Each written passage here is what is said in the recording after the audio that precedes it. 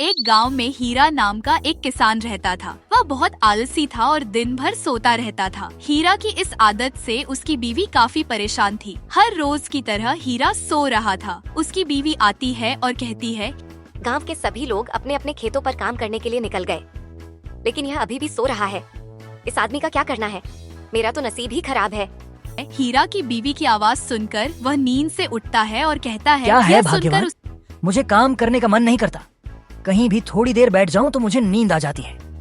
उसकी बीवी कहती है, हमारे पास 4 बीघा जमीन है, लेकिन फिर भी हम गरीबों की जिंदगी जी रहे हैं। उठो, और आज काम पूरा नहीं किया तो घर आने की हिम्मत मत करना। खाना भी तभी मिलेगा जब तुम पूरा खेत जोत कर आओगे। डांट सुनकर हीरा खड़ा होता है और फावड़ा लेकर खेत की ओर निकल जाता है। बाहर धूप बहुत तेज हो चुकी थी। वह सीधा जाकर पेड़ की छांव में बैठ जाता है। बैठते ही उसे नींद आने लगती है, लेकिन तभी बीवी की डांट याद आ जाती है और वह खड़ा होकर फावड़ा चलाने लगता है। थोड़ी देर काम करने के बाद हीरा को पसीना छूटने लगता है। पसीना पोंछते हुए वह कहता है, थोड़ी देर आराम कर लेता हूँ और पानी पीकर दोबारा काम पर लग जाऊंगा। वह फिर से पेड़ के नीचे जाता है और पानी पीकर थोड़ी देर आराम करता है।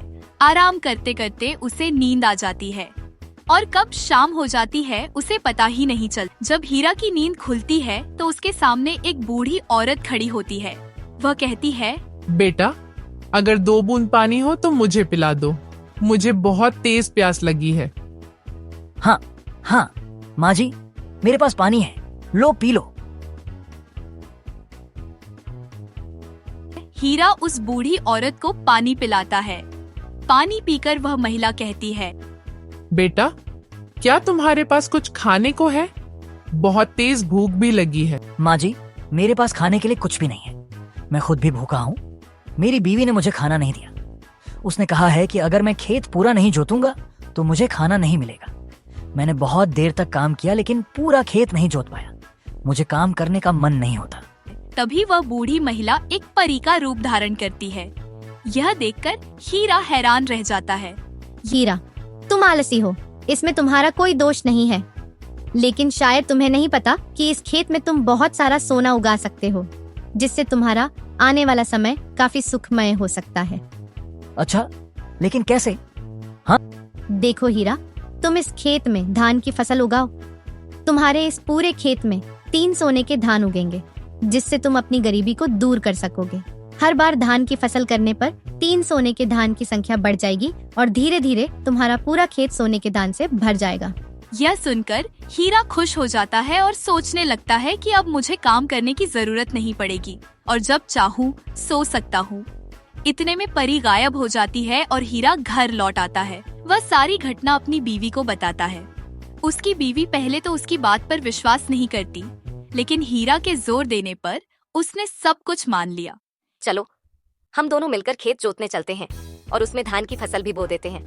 हीरा थोड़ी देर उदास होता है, लेकिन उसकी बीवी कहती है, देखो, देवी ने हमें यह संदेश दिया है और तुम हो कि अभी भी आलस्य में डूबे हो। बीवी के जोर देने पर हीरा खेत पर जाता है।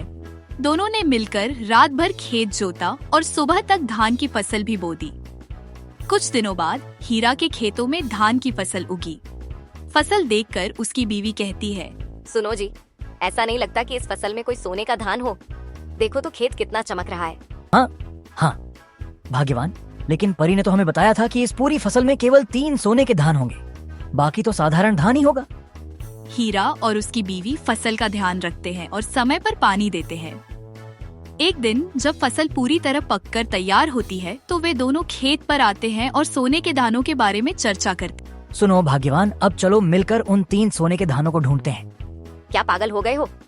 अगर हम ऐसे खुलेआम सोने के धान ढूंढेंगे तो लोग शक की नजर से हमें देखेंगे और हम मुसीबत में पड़ सकते हैं।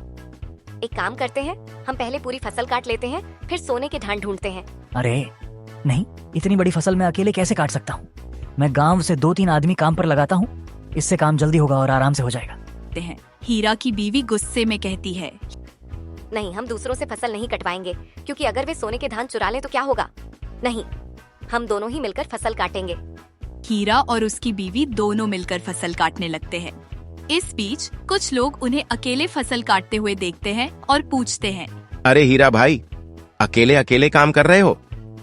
फसल तो बहुत है, 2 लोग और कर सकते हैं। नहीं चाचा, मैं और मेरी बीवी दोनों मिलकर इस फसल को काट लेंगे। और वैसे भी कोई साथ काम करने के लिए नहीं मिल रहा है। अरे अगर नहीं मिल रहा तो हम दोनों साथ काम कर लेते हैं। हीरा की बीवी जवाब देती है। नहीं चाचा जी, हम दोनों ही इस काम को कर लेंगे, आप परेशान मत होइए। ये सुनकर वे लोग चले जाते हैं। हीरा और उसकी बीवी फसल काटकर घर ले आते हैं। वे दोनों मिलकर धान और भूसे को अलग करते हैं और सोने के धान की तलाश करते हैं, लेकिन उन्हें कुछ नहीं मिलता। हीरा उस पूरे धान को जमींदार के पास लेकर जाता है। जमींदार उस फसल को देखकर खुश हो जाता है क्योंकि वह धान सोने की तरह चमक रहा था। जमींदार खुश होकर हीरा को बहुत सारे पैसे देता है। सुनो भाग्यवान, सोना नहीं मिला, लेकिन देखो इतने पैसे पहले कभी नहीं थे हमारे पास। हाँ, सही कहा आपने, मुझे तो यकीन ही नहीं हो रहा है इतने सारे पैसे एक साथ देखकर। हीरा और उसकी बीवी अब समझ जाते हैं कि देवी का असली संदेश यह था कि उनकी मेहनत ही असली सोना है। अब वे मन लगाकर अपनी फसल बोते, सींचते और उसे बढ़ाते हैं और हर साल एक बेहतर फसल के साथ अपनी जिंदगी को संवारते हैं।